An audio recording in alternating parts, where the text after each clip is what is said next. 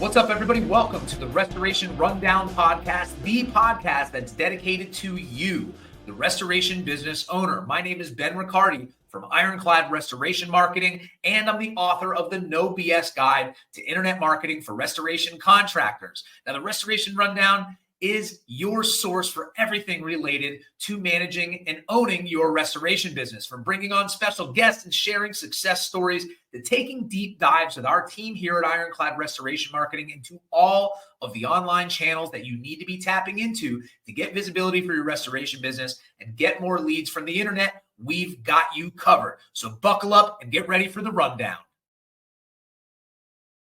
All right, what's up, everybody? Boom, you see how fast my hair and my beard grew from that intro to now. Anyways, welcome back to the Restoration Rundown. We've got a really great episode tuned up for you guys today. This guest is somebody that you probably know, and if you don't, you probably are living in a cave, especially if you're in the restoration industry. He's bringing over 20 years of experience. He has dedicated to his career to empowering restoration companies, and that's why I'm very excited to bring him on today, because we've got a chance to hang out a little bit at RIA and talk a little bit, and I think he shares the same sentiments as far as empowering the industry with education. However, his channel much different than the marketing. So without further ado, I'm really excited to bring on my friend and yours, Mr. Andrew McCabe from Claims Delegates. How you doing, man? I love the weather that you got going on in the background there. I don't know where you found that nook where there's still snow on the ground. It's always beautiful here in Bend. It's always beautiful. And we haven't switched over to summer yet. I'll do that switch in a little bit. Yeah. How long does you will at least you get to dictate how long the summer lasts, how versus, having to play by nature's rules. That's right. Right. I don't play by rules. I don't do that very much. Man, and that's why I love you. And that's why we're here today. So for everybody out there that doesn't know or watching, our tens of listeners here on Spotify and across the board and worldwide. I mean, we actually just saw we have listeners in Japan and Australia. The Japanese probably just accidentally happened upon this, but we do have some international viewers or listeners. Nice. So give me a little bit of a background on who you are, what you do, and how you fit into this crazy world called the restoration industry. This is a crazy world. I started back in 2001. Just graduated college, had a marketing and business degree, and saw an ad in the newspaper. That's back when jobs were actually posted in the newspaper. Wow. For a marketing representative for a local restoration company called Dow Columbia in Portland, Oregon. And so I took the job, and I was the marketing manager, which really meant I was the stop and drop candy guy to every agent in the Portland metro area. I saw every agent in Portland, Oregon, every 3 months. And that's really what got me started in this crazy world. I had no idea restoration existed before I got into it. I think that's a common refrain. And it kind of got stuck in me. I started being, they turned me into they wanted to turn me into an estimator, but before I could do that, they had to send me to ASCR classes, formerly ASCR, now it's RIA. So I got my WRT, my ASD, my mold, my CRT, Certified Restoration Technician, and worked my way up. And, fast forward a few years, 2012, I decided to start a Xactimate remote estimating firm. And so that's what I did. Started Claims Delegates. We do remote estimating for restoration contractors in Xactimate across the country. And bounced back and forth, but that's pretty much where I've been ever since 2012. But 2013, 14, the rebels kind of happened. I took a job in Bend, Oregon, the beautiful scene behind me, you can see, and was promptly fired 4.5 months later. And I decided, you know what, this sucks. Let's not do that again. And I found out that there's a lot of people in restoration that just couldn't find a home. Like we don't play well with others. And it built from there. There's a lot of folks out there that don't like the traditional path of restoration. They don't want to just run another franchise or they don't want to be a cog in a wheel. They want to blaze their own trail. And that's what we are. The Restoration Rebels are a bunch of trailblazing independent restorers that get together to help each other out and develop best practices and things like that. Yeah, no, I appreciate that background too. And yeah, getting fired sucks. And it's really cool that you get to kind of do things on your own terms. So the Restoration Rebels, just to back it up a second, is a Facebook community group that you started. Can you talk a little bit more about that and what people can expect? Because I would assume that most everybody knows or has this community, just because you're not the cookie cutter, normal Facebook group. Everything is smiles and candy and rainbows and everything is beautiful, like we tend to see at a lot of association groups and a lot of the other groups that are on there. Definitely caught my attention, just being like an outside guy looking in, outside of the restoration area looking in. I really love what I seen, because it seems like there's no holds barred. There's no bullshit that goes on with anything that happens in there. People can go in there and ask legitimate questions and get legitimate answers. And then you get the external people to come in and kind of maybe ruffle some feathers a little bit. But can you talk a little bit about that group? What was the reason behind starting that in the first place? And then how different is it now? Well, outside of the name change, which we'll get into, but how different is it now as far as a group goes than from when you first started? Because I'm sure you didn't I'm just going to make this group called the Rebels and see what's happening. Walk me through that a little bit.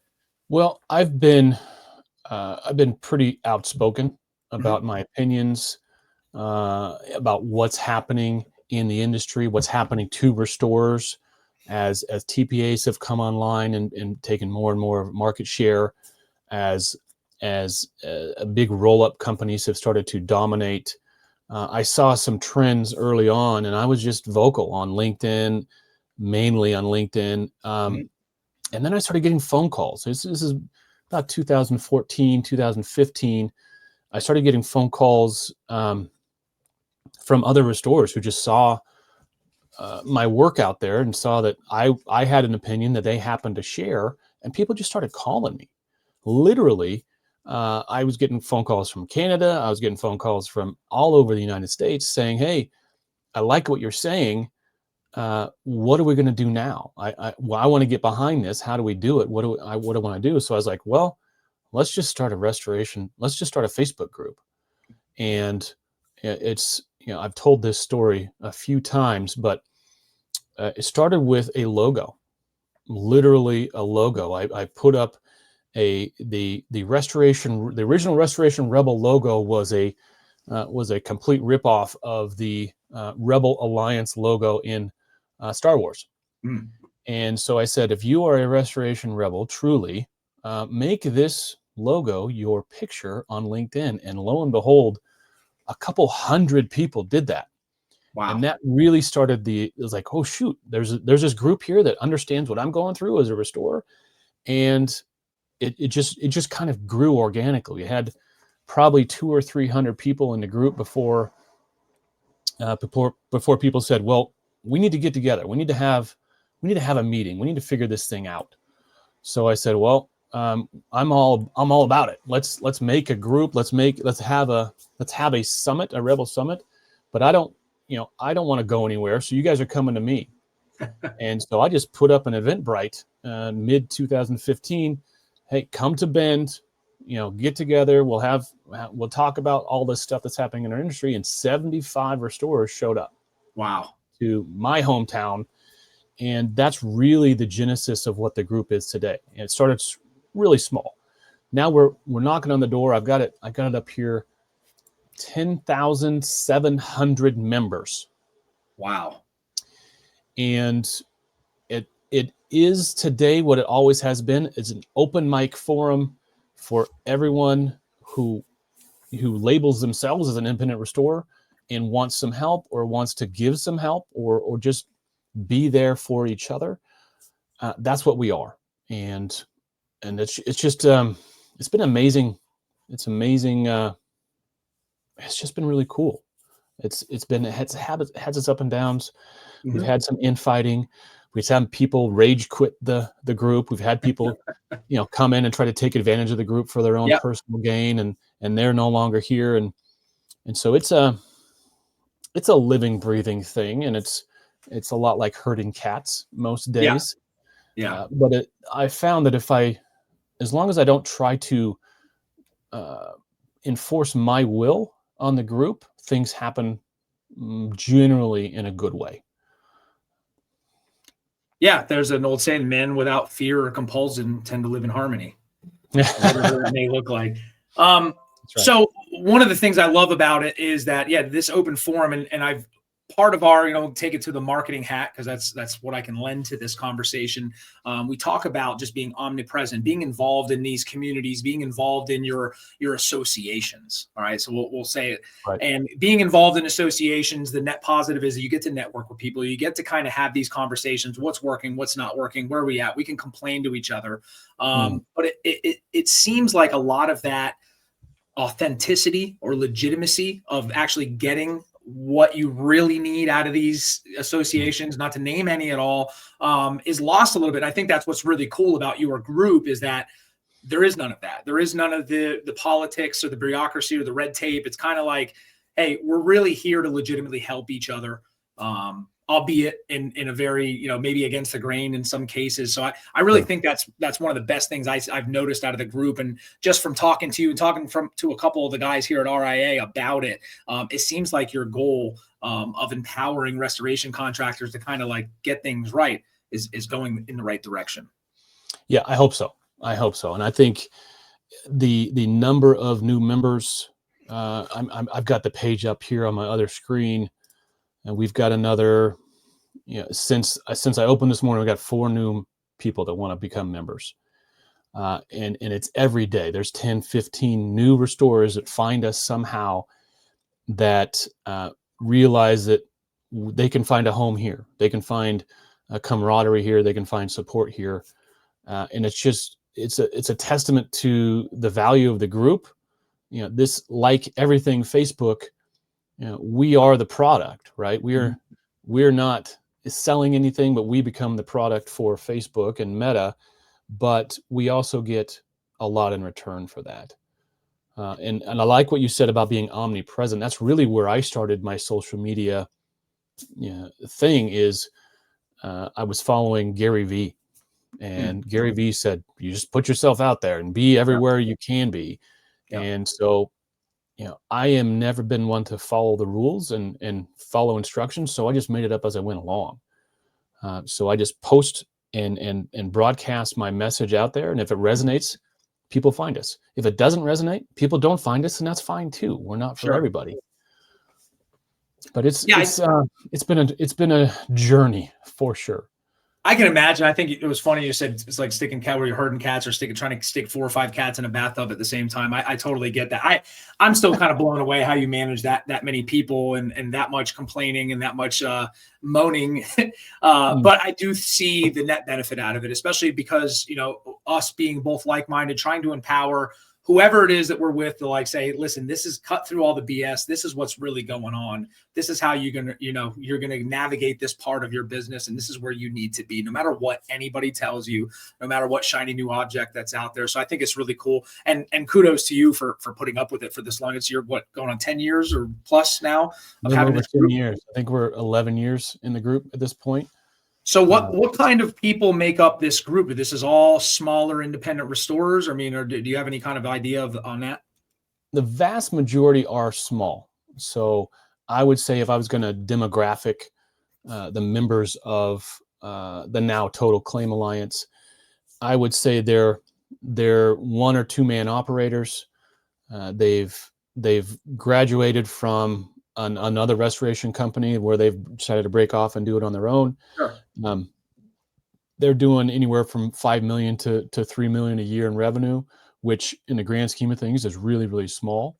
A lot of people would consider that startups, a bunch of little startups. But what I was seeing, and what I think a lot of people that are in the group now were seeing, was they didn't have a voice, because you can't be a $2 million operator in a $200 billion industry, and really have any kind of advocacy at all. Yeah. And that's where ultimately I would like to go, is I want to be that voice. I want to be that platform for us to have a solid voice, to be represented, to come to be at the table when these things are happening. And that's unfortunately not, we weren't getting that from the existing associations.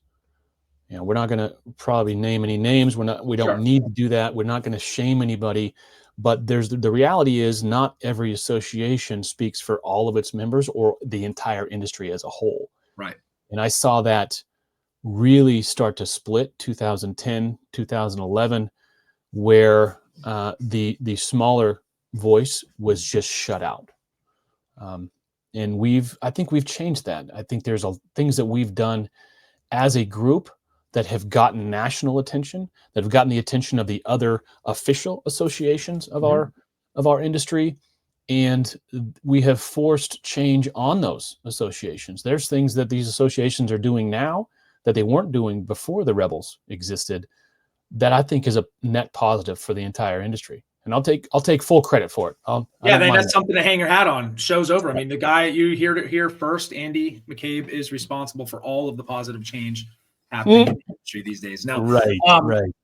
You know, to go back and I guess to beat this horse while it's down. So, what would you say is the main, I guess the seat at the table? I know you made a Facebook video leaving the last event here in West Palm, and I thought it was great. And it was really centered around just having a seat at the table and being able to have that voice. What do you think, in the past here, what is keeping, because at the end of the day, whether you're a $3 to $5 million restorer, 10 to 15, 30 million plus, what was keeping them from having this voice? And what do you think happened in the industry between then and then? I guess we're trending in a better direction from what I can see. But what really happened? What was the main problem? Well, the main problem was the big players, the big money was determining where this industry went. And I started in this industry before there was real TPAs. I think contract connection was a thing. Someone can correct me, obviously, in the comments or whatever. I don't think contract connection was a thing until 2005, 2006. And even then it started out as a pure compliance play. The carriers needed to have coverage for their insureds across the board, and the TPAs are a way to get that coverage, right? But it started out as we're gonna make sure you have the proper training. We're gonna make sure you have the proper licensure and the proper insurance, and you're following at least some sort of code of conduct or best practices. But what it melded into, fast forward to 2010, 2011, it turned into, we're going to tell you how to do your job. Yeah. And we're going to tell you what you can charge to do your job.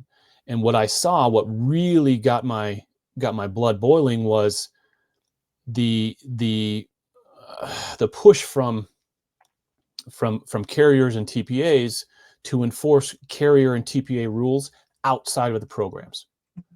So these program rules got set, and it was fine. You want to be a part of a program, you're going to get these free leads, right? Yep. You don't have to do marketing. You're going to get free leads from the program, and in exchange for that, you're going to follow a certain rule set. Sure. But that doesn't mean everyone in the industry has to follow that rule set.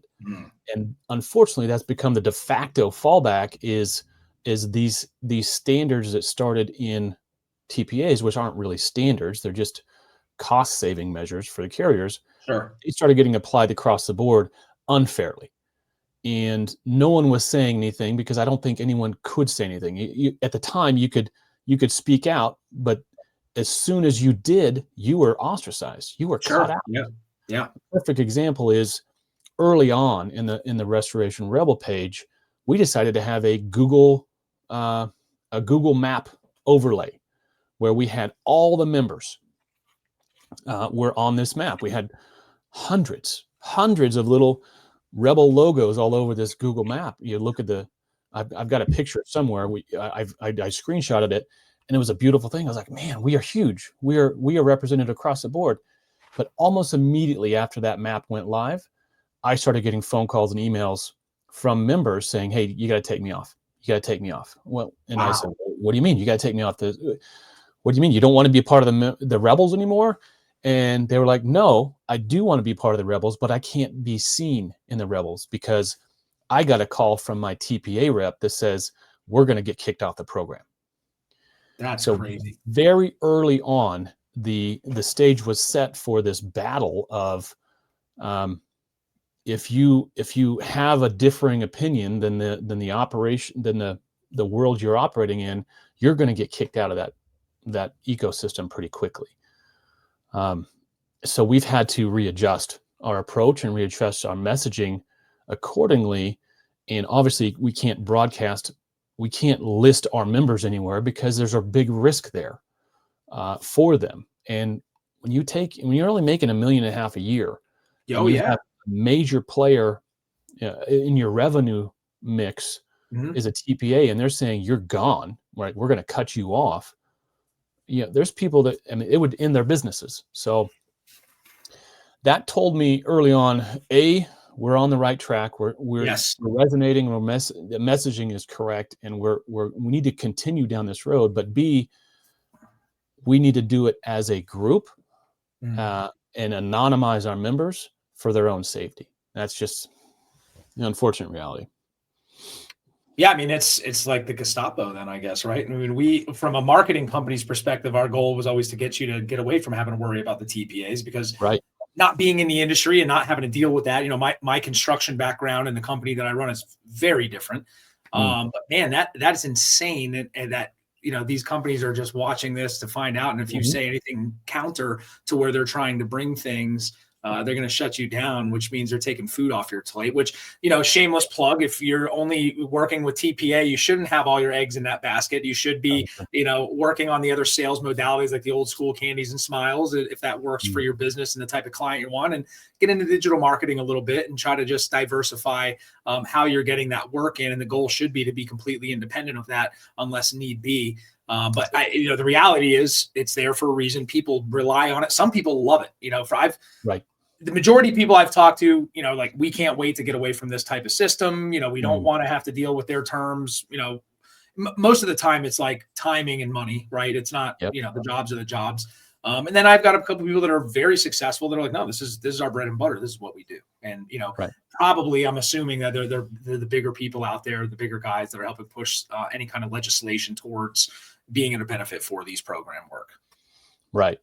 Well, before the rebels existed, there was no AGA, right? The Advocacy and Governmental Affairs Committee of the RIA didn't exist because no one was asking for it to exist. No one was demanding that they have a voice. Everyone was just, please, sir, may I have another, and just beholden to the big programs. So it comes down to business model, really. Do you want to determine your own destiny, or do you want to be a cog in somebody else's wheel? Yeah. No, I mean, to me, I'm a control my destiny kind of guy, and using that thing as a means to an end is probably perfectly fine. Mm-hmm. So how do we invoke this change? I mean, you've got a big group. It sounds like we're making some positive momentum forward. You've got the AGA that has come about because of your group. What else do you see? What's next? Where do we see this going, and how do you get that seat at the table? Is it just growing this group? Is it, getting everybody to maybe, the anonymous, reality of what everybody wants to do so they don't lose it? I mean, how do we navigate that to actually make change if everybody's afraid to kind of speak up? I mean, is there a point where, okay, the group's this big, we're going to have our own conference, this is how we're going to move towards that? Is that kind of what we're thinking about? That's exactly what we're thinking about. Okay. And at the end of the day, we know, or I know, just from my experience and knowledge, that in order to have real change, that means legislation. Yeah. And what that means is lobbying. Yeah. And lobbying takes money. And I think the Yes. AGA is going down the right road, but it's such a slow burn. It's frustratingly slow. I'm notoriously impatient. Same here. Yeah. So if we've got a group out there that says they speak for the restorers, but they only have 1,600 members, how can they really speak for all restorers? And how do they have the money to speak for all restorers on a legislative or lobbying front? Right. And the reality is that takes money. Mm-hmm. I was working with a restorer out of Tennessee last year, who developed a really good piece of legislation that was going to do some really positive things in the state of Tennessee.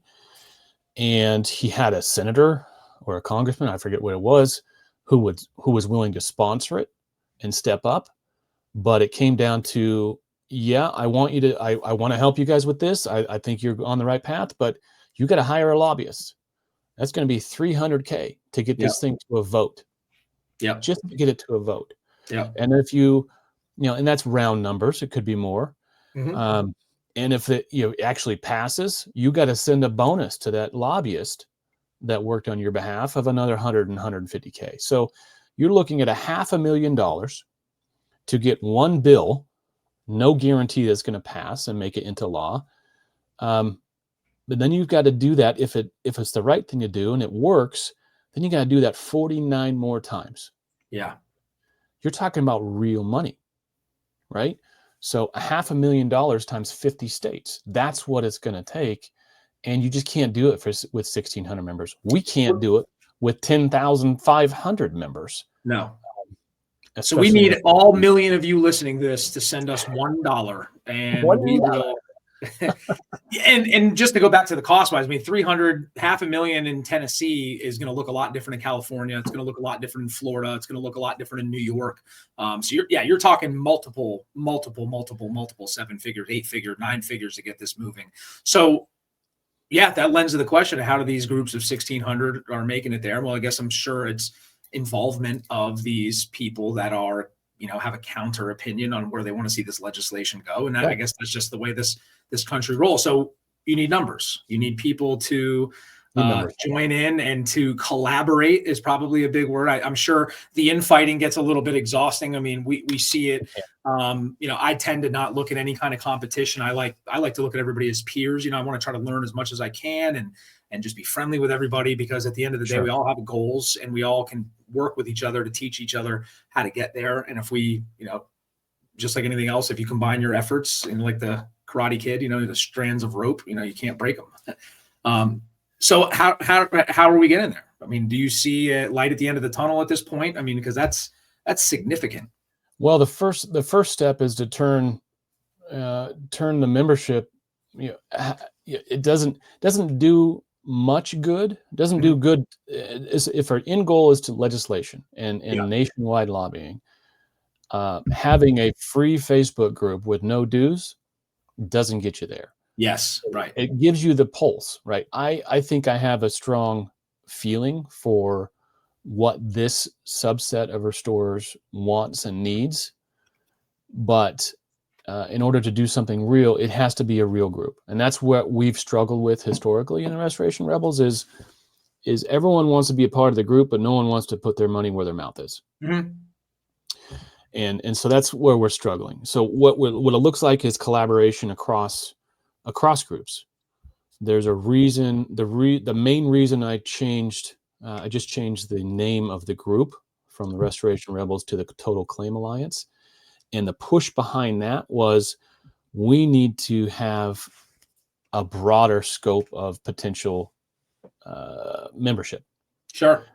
And that means public adjusters need to have a voice in the group. That means all these ancillary service providers, appraisers, umpires, plaintiffs' attorneys.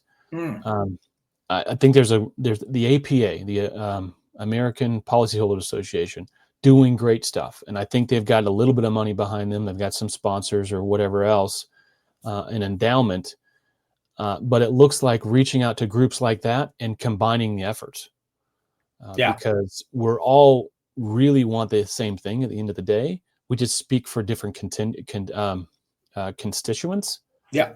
So if I can get, what's his name? Dennis or David over the APA. And there's public adjusters group, NAPIA. We're going to reach across the aisle and see what we can do, coordinate with them. It's this coordinated cross-group effort that I think is going to get us where we need to go. Because we can't do it on our own because we're operating in a vacuum. Yeah. So how does that look? I mean, what are you presenting as the problem? How do we get buy-in, or how do you guys get buy-in from these different organizations and groups to where it's mutually beneficial to the industry? Honestly, Ben, I don't know yet. Okay. I've just started down that road. I have an idea in my head what it looks like, Mhm. but I also have a business to run and a family to feed, and these things don't fund themselves, and nothing Right. happens without energy input. Yeah. So it's about being efficient, and so I have a plan, but it's not on paper yet. One good thing I think for everyone out there needs to know that we're going to have a summit. We've had 3 Rebel summits. We're going to have a summit this September, and I am looking at that being the stepping stone to the next phase of what this industry can be. Uh, we've got we've got billion-dollar companies out there with have very different ideas of what they want the industry to be. But those billion-dollar companies are in the minority. They're the financial majority, but they're in the minority as far Sure. as total total market. It depends on who you ask, but there's anywhere from 40 to 55,000 restoration companies out there. And if we can get a fraction of those guys on the same page, moving in the same direction, using the same talking points, that's going to be where real change starts to happen real fast. Yeah, that's cool. Do you have any info on the summit you'd like to share now so we can get it out to the people listening to this? Well, we just became a brainchild on the heels of last week's conference. So we don't. I've got a URL, but it's nothing behind it yet, so I'm not going to put that out there. Yeah. But we're going to be in the Ozarks, Beautiful. Lake of the Ozarks. Is that what it is? In September, Okay. sometime. It's the 18th through the 20th of September. We're working on the details, fast and furious right now, and we've already got some really great energy. There's some folks in the group who said, "Yes, I'm in. Just tell me when and where." And I think that if we can get the right people there, we can Mhm. start having this conversation in a meaningful way. Like organizing all of the Ewoks to fight against the Imperial. That's It'd be a really what it similar, is. it'd be a Yeah. similar landscape too, I think. And if we Well, show up with pretty hairy guys, I mean, they're good. it's a very much a guerrilla Yeah. warfare effort. Yeah. It's fighting, house to house. And we're not gonna, no one's gonna have. It's not going to be an overarching thing. I think No. we're going to start plugging ourselves in different Yep. areas of the market and pushing from below, um, and just keep repeating the message and the message and the message. Well, educating not only just the industry, but even the world in general, right? As to what's happening, what the benefits are for the homeowner or for the business owner that's dealing with these types of claims, I think is going to be important. So, just to throw it out there, this platform is always available for you guys. Anybody in the Cool. TCA, that I like to call it, the new name for the Rebels, the Total Claim Alliance.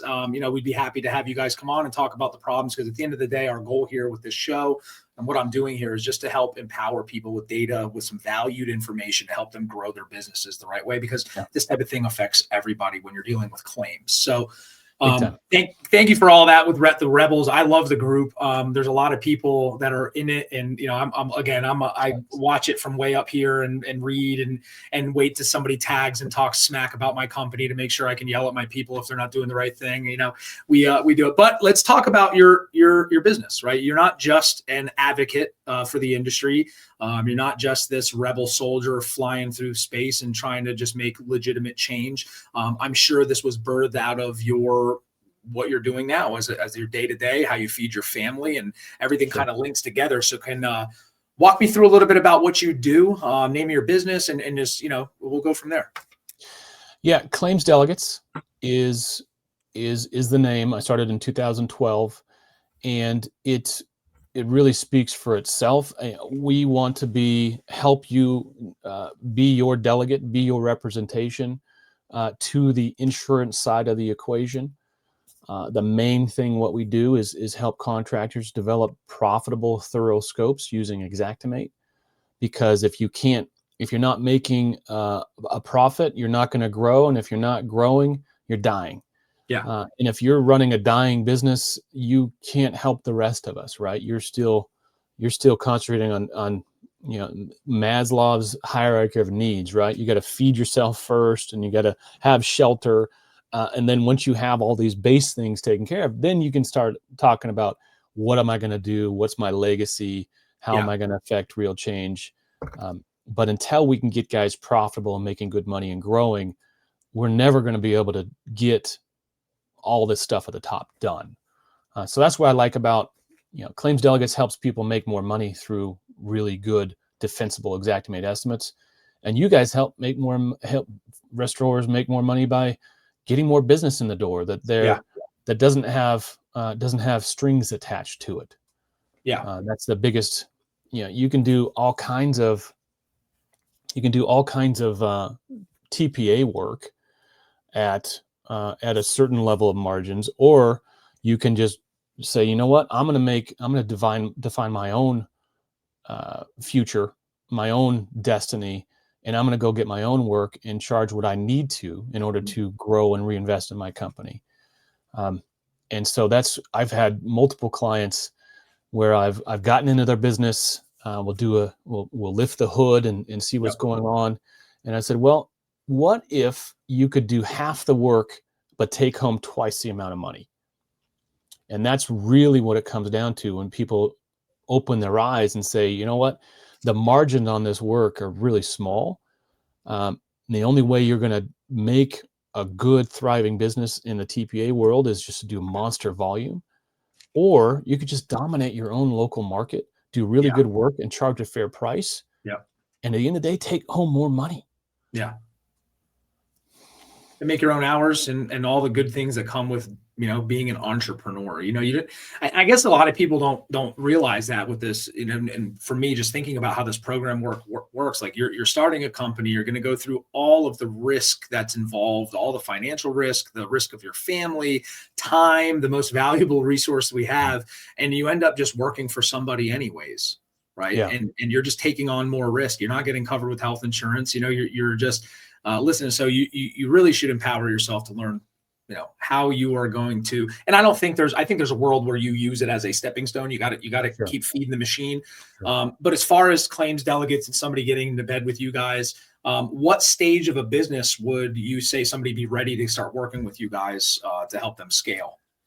Well, they need to have where I see the most value, where I bring the most value, is getting guys out of the field. And letting guys spend more time on their business instead of in their business. And the estimating function of restoration, we're not going to be able to get out of it, right? There's just too much gravity. There's too much momentum. It's very hard for folks to say, I'm not going to use Xactimate. I'm going to do my own thing. But every single claim, you're going to run into this wall where the adjusters are going to demand that you use Xactimate. So you can either fight that, and there's successful guys in our group that don't do any TPA work and they don't use Xactimate. God bless them. But they are the few and far between, because the overwhelming majority of the work is going to be pushed through the Xactimate ecosystem just by the nature of the momentum that exists. And that's where I last year, I think it was last year's RIA conference, it really hit home to me, like, man, we've been trying to swim upstream for a long time. And one or two guys are going to make it up, right? But the vast majority of us are going to have a hard time fighting upstream. So let's turn around, let's go with the flow, but then find a way to put our own flavor on it. Find a way to we're going to use Xactimate, fine, but we're not going to use programs, or we're going to use programs as a portion of our revenue mix, but we're going to try more and more to get independent revenue of those programs. And so you're still playing by the rules, you're playing nice, but you're growing your business to try to find if every single claim is a fight, you're going to burn out. And I've seen me do it. I've done it. And there's only so much fight you can have in you. And unless you're hitting home runs every single time, or you're hitting enough home runs to make it worth your while, you're better off figuring out a way to get along and go with the flow, and just put your own spin on it. That makes a lot of sense. And, definitely appreciate you and what you're doing with the, just through, I think just in general, just with your business and a Rebels group, just kind of just giving people value and really helping them navigate this world because, I'm in the site development world. I'm in the marketing world as well, which is crazy in its own. And the site development world is a little bit more straightforward. I mean, we have the normal estimating AR.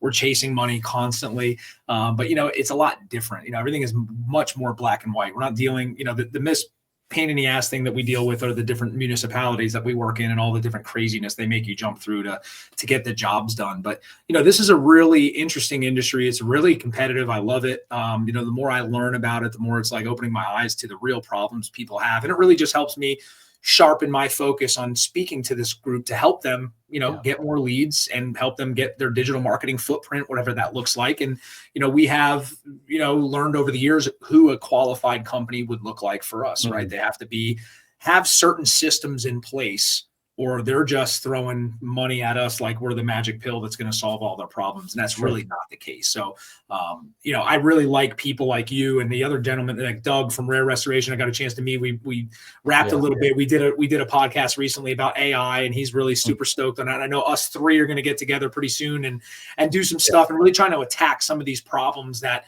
we see, because I think I bring another edge to the table from dealing with this from a perspective of marketing and trying to get this visual and seeing what the mistakes people are making. And then also at the same time, looking at our own company, seeing what mistakes we've made, looking at our competitors, or if you want to call them that, in the marketing agents, and seeing where they're dropping the ball, and kind of just coming together and just put it out there and say, look, this is what it looks like.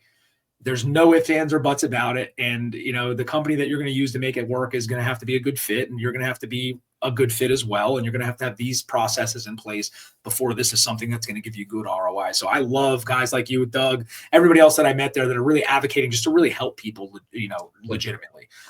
It's rare in this world. People aren't really out to just give it away. So it resonates. Everything you're doing, I can't say enough, and I'm sure everybody out there appreciates all the advocacy, all the empowerment that you're giving, all the info. I mean, it's not easy to sit there and go live in an airport and not be distracted and really say it how it is. I mean, really, kudos to you. I mean, it takes some gumption to walk into a huge conference and start it before you walk in the door with, how things really are. And you're a voice for the people that have no voice, because if they speak up, they're getting beheaded in a sense, right from a business perspective. So that's great for you. I really appreciate that about what you're doing. So I want to switch gears now that we've got that out of the case. One of the things that we do here on every episode is we're tailing. We've learned a lot about the Rebels. We learned about the Claims Delegates. We learned about what you do in your background. I want to have you identify just a couple of the biggest problems that you're seeing right now in the restoration industry, and then kind of how we're going to navigate those problems in whatever they may be. They don't have to be relevant to what you do. Just in general terms, I want to just pick something that's going to resonate, the everyman issue that they're having here now in the industry. Well, one of the biggest problems I see is our constant desire to bend over backwards to abide by unwritten rules. And if you, there are very few hard and fast rules in the world, let alone restoration. But what we find ourselves doing is second guessing and negotiating against ourselves based on these unwritten implied rules. You mentioned that in your site development business, you've got to deal with the municipalities and all the rules and the licensing and permitting and things like that. Well, restorers have to do that too, right? They're contractors at the end of the day, but they just have this additional layer of required minutia and admin burden that they have to take on. And if you don't understand that there's an additional overhead you have to take on in order to operate in this realm, you're going to wake up and go, oh shoot, there's another 10% of overhead that I didn't have when I was a regular contractor. Right. So the unwritten rules are the biggest problem, and that's where I see the TPAs are trying to influence, do these enforce their rules on the rest of the industry. Yep. But know what the rules are, and they're very few. Right? You've got to be a contractor, so you got to follow all the legal stuff that entails. But when you have adjusters and carriers telling you, well, you can't charge for X, Y, and Z, unless that is in a book or a guide or Yep. can you send me that, can you send me that rule set? Yep. You don't actually have to follow those rules. With the only reason that we use Xactimate is out of a courtesy to the insurance world. Xactimate is not required to run a contracting business, but it is de facto required to run a restoration business, because it's so hard to speak apples to apples, speak the same language as these carriers, unless you're using Xactimate. So there's all kinds of, I would say, don't go when folks go above and beyond when they think that's what they have to do, but they don't know for sure. They're just wasting their own time and energy and money, abiding by these imaginary rule sets. They're implied, but they're not written down anywhere. And that's the biggest issue I see. Other than that, you've got to be a good business person at the end of the day. The restoration industry has no lack of what's the entrepreneurial the E-myth, right? There's no shortage of guys that were working for a restoration company for years and decided they could do it better, and then they get out and they discover they don't have much of a business acumen. They know the technical skills, they have the technical stuff down pat, but it doesn't matter if you know how to dry a structure. If you don't know how to get paid to dry a structure, you've got a problem. And if you don't know how to manage people and run a business with accounts receivable and taxes and payroll and all that stuff, it's people look at the industry and it feels like, oh man, there's tons of money. It's free money because the insurance company just pays you, right? That's the assumption from the outside. Yeah. Once you get into it, man, you've got to run a real business. You've got to be a real business person. And that's a wake-up call for a lot of folks. Lucky for them that there are these groups, there are these associations, there are podcasts like this, there's the Total Claim Alliance, the Rebels group. And it seems in general, most of the people I've run into anyways are very good with sharing and kind of just that giver's gain mentality and let's go. So I think that's another to lend to how important the Rebels group is and whatever. If there's other groups out there I'm unaware of, that's awesome. And I think that the logical next step is to kind of align everybody together to kind of share a common goal. But one of the biggest things that my only real role here at Ironclad Restoration Marketing is just the education side. Sure. I'll teach you, through the book or through the podcast, how to do every little thing when it comes to marketing your business. And what I'm finding out more and more is that the genesis of this success is going to boil down to being a good business person at the end of the day, no matter what. Really everybody thinks it. You've got a water guy and he's like, shit, this is easy. I'll just go and do this and make some money. And it might work for a few months, right? There's some outliers out there and some people just figure it out. I'm more of the Kool-Aid man style of entrepreneurship. I just kick through the wall and say, I'm here, and I figure it out after the fact. Sometimes I, don't break through the wall at all, but I think that's what's great about your group and everything. Again, just to reiterate that. And I implore everybody out there that's listening to this, if you find yourself or resonate with any of the things that Andy's talked about, just join the group, ask the questions. Don't be afraid to ask the questions. He's hiding your name, so you're anonymous. You can talk smack about people if you want. You don't have to worry about the queen beheading you if they find out you're questioning their means and methods and how they're driving the industry. But it's really refreshing to meet people like you and talk to people like you, and one, to learn, but just to know that you guys are trying to right the ship and you're trying to steer this in the right direction and mold the industry into what it should be or what it used to be.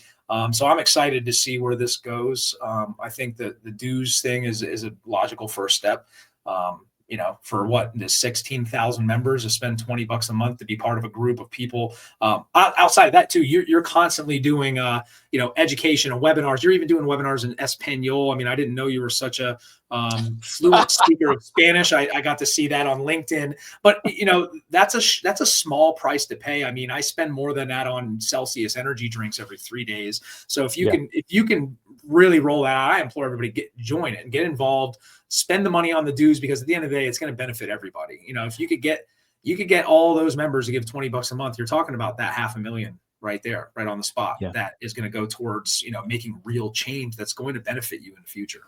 Yeah. It takes, I want every restorer that I interact with to be incredibly successful.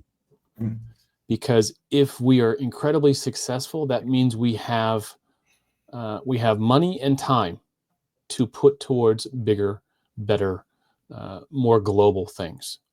But until we have that extra money and extra time, be a part of the group, be a part of any group you can, get as much information as you can, but you can't give back until you have a solid foundation.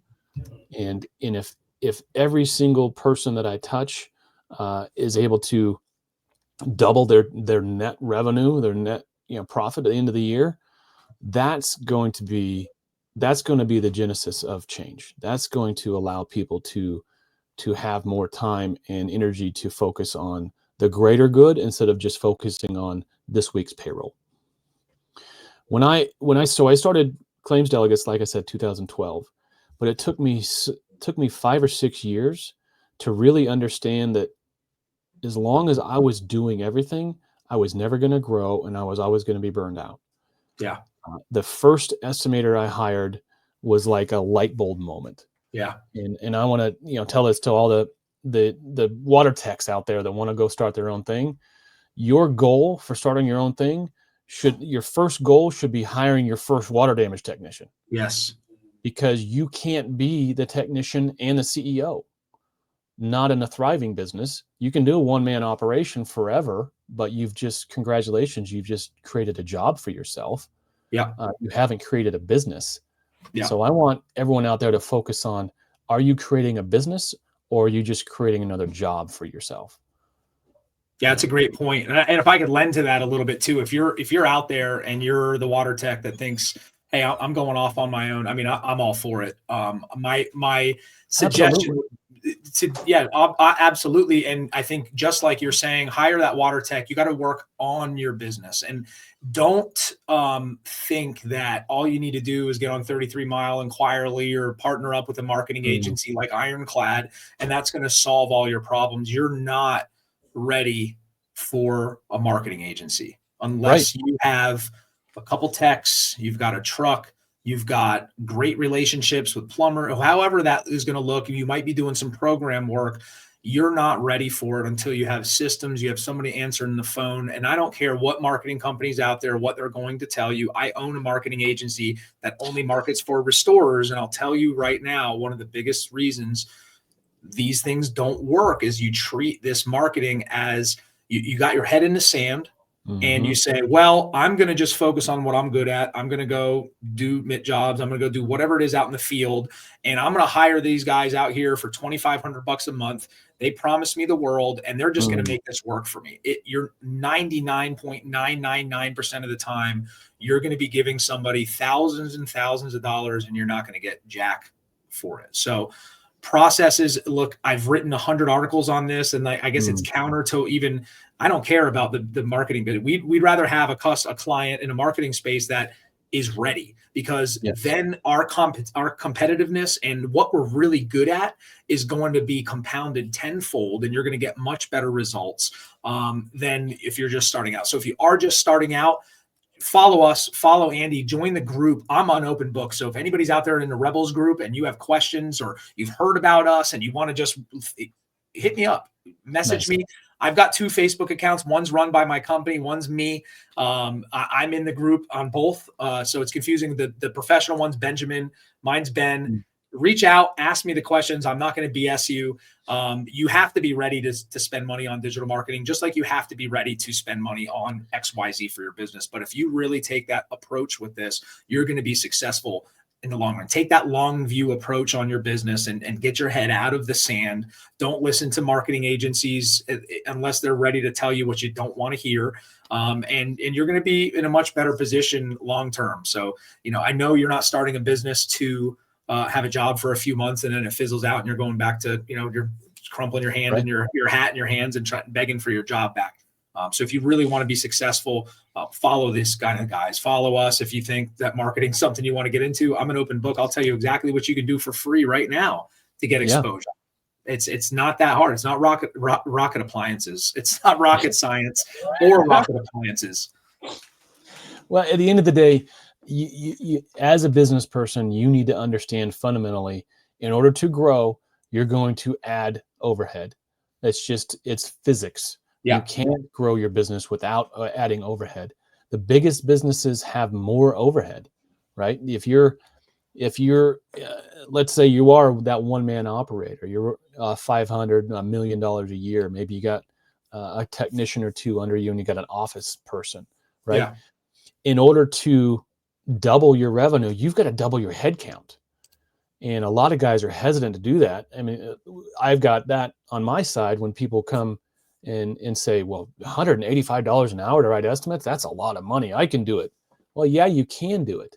Sure. But what are you giving up in order to do it? What are you giving up in order to run your own estimating? I call it like plate spinning.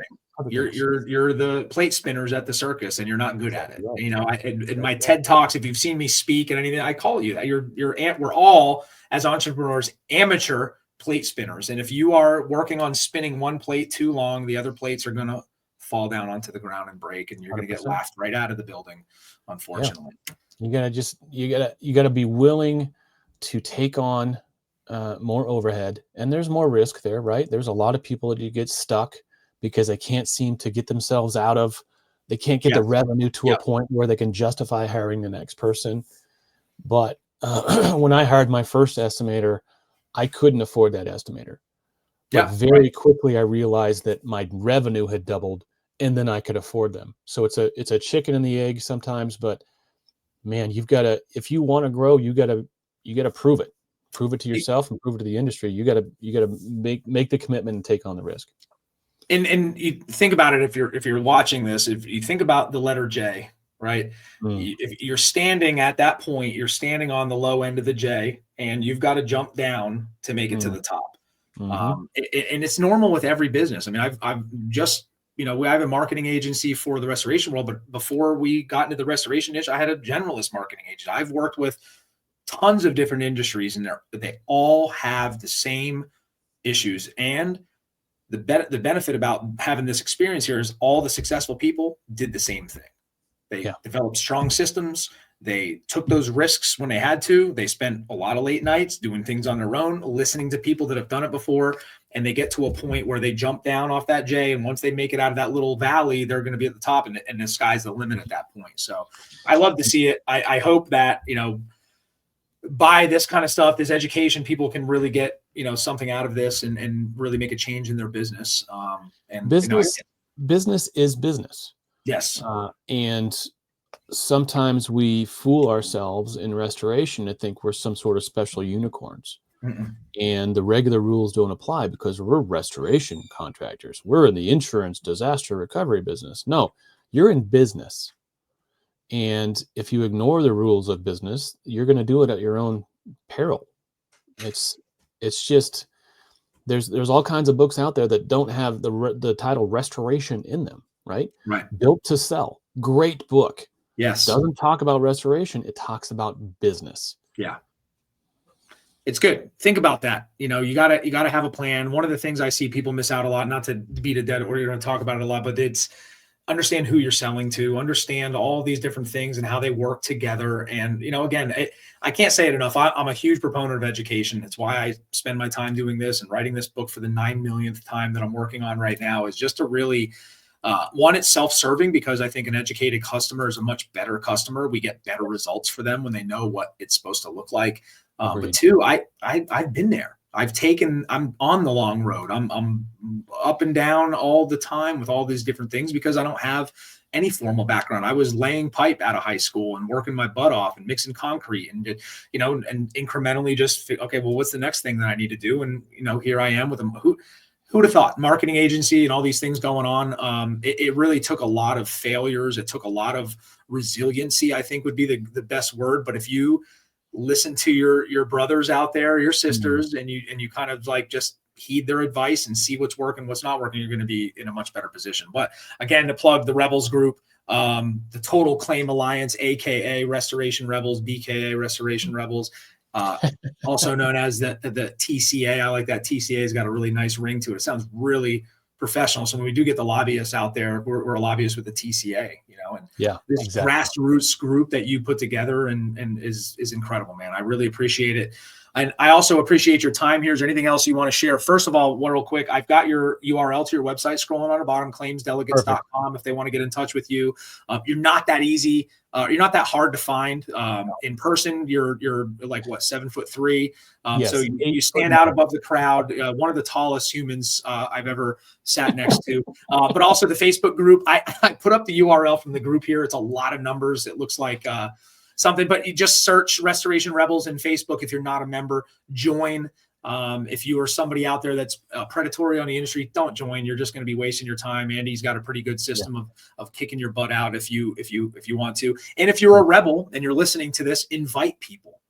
That's how you can make a change from within. You might not want to be a loud voice there, but the more you can share this group, it's really easy. If you go on Facebook and get into the group, there's a blue button that says invite, and just invite anybody you think could be a thing. Because at the end of the day, the whole point of this group here and everything that Andy's doing and all these guys that I've been talking to lately and getting to know is they're really trying to push positive change that's going to affect every single one of you that are listening to this. I'm a huge fan of learning through other people's pain. Yes. And that's what we have a lot of in this group is people coming in with a pain point that someone else has already solved. And so absorb it, use it, copy it. There's no shame in copying what's working, and learn from somebody else's hard lessons so you don't have to take those lessons on your own. Yep. Well, Andy, I really appreciate your time. If anybody wants to get in touch, look, his URL is at the bottom. Not a hard guy to find. Join the group. And if you guys want to learn anything else about what we have going on, stay tuned. We have some stuff cooking with Andy and Doug. We're going to talk about everything. I mean, Doug is the AI maven. So I'm really interested to learn a lot more about that. If you missed him at the RIA, you missed a really good session on it. Doug's a great guy. Andy, I appreciate your time. I appreciate how gracious you've been with your time with me, being a nobody coming up and bugging you to get on the podcast for this time. And I think that we can, we're here, we can help you invoke real change, and we're going to be a helpful sounding board for you and anything that you have going on. We're looking forward to having you on more so in the future. And with that being said, man, I appreciate it. Enjoy the rest of your winter weather out there in Bend, Oregon. Will do. Anytime, Ben. Thanks, man. I appreciate you, man. All right, guys, thanks for tuning in. Listen, we've got a lot of really exciting things coming down the pipeline, including some roundtable discussions. We're going to bring on some of the team members from Ironclad Restoration Marketing, talking about some of the new changes that are happening this year, where we see AI taking the restoration industry and your digital marketing, and all kinds of really cool guests coming up here. Thanks for tuning in. We'll see you next time.